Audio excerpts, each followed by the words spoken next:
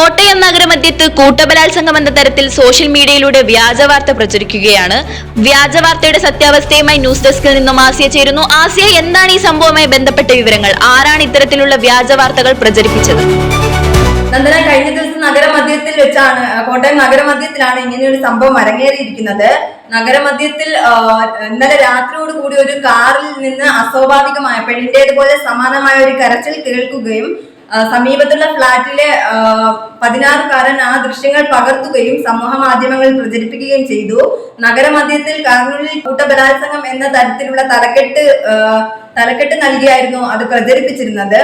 ഇത് ഇപ്പോൾ തന്നെ ലക്ഷക്കണക്കിന് ആളുകൾ കണ്ടു കഴിഞ്ഞിരിക്കുകയാണ്. ഇതിന്റെ സത്യാവസ്ഥ എന്തെന്നാൽ, പോലീസിന്റെ അന്വേഷണത്തിൽ അതൊരു ആൺകുട്ടിയായിരുന്നു എന്നും അവർ തമാശ രൂപേണ ഇക്കിളിയാക്കി കളിച്ചതാണെന്നും ആയിരുന്നു പറഞ്ഞിരിക്കുന്നത്.